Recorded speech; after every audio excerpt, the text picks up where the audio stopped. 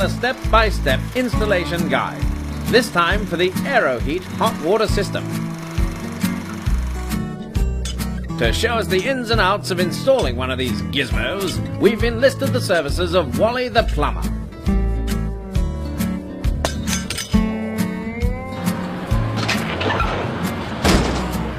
First things first, always arrive at the worksite on time.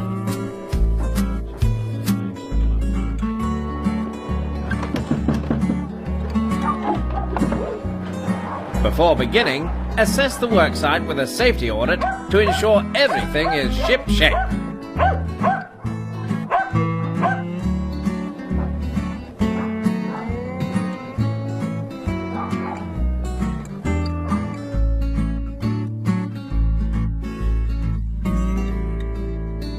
Never commence a job where the risks cannot be controlled.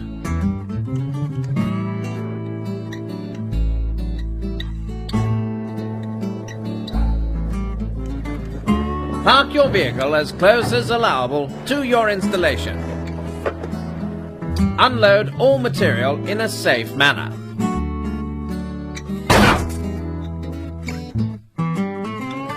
Position all materials in a convenient position near your working area.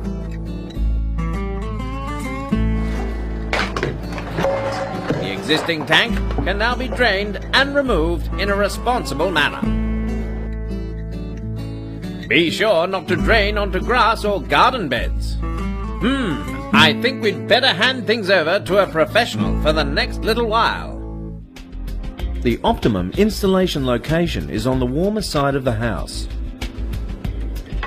Safely position the AeroHeat on a level surface in accordance with all plumbing and building regulations.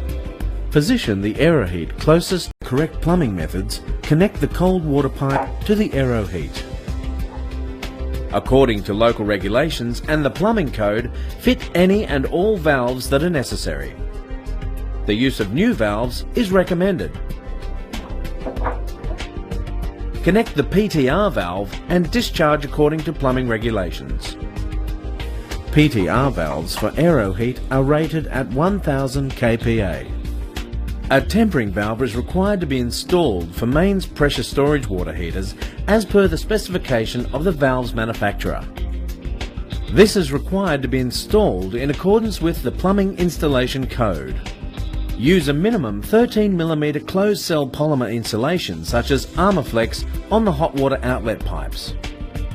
If insulation is exposed to the sun, then use UV stabilized insulation. A properly authorized electrical contractor must make the compression unit connection. This will require a minimum 10 amp circuit to operate the compressor unit. Ensure that there are no obstructions placed on top of the AeroHeat unit. Wally. Ensure that the AeroHeat is filled and pressurized with water before switching it on.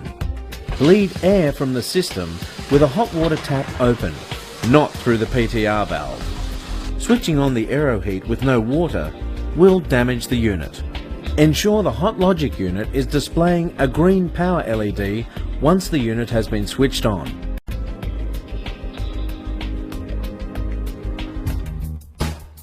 And remember chaps, a good installation means a happy customer. Right, Wally?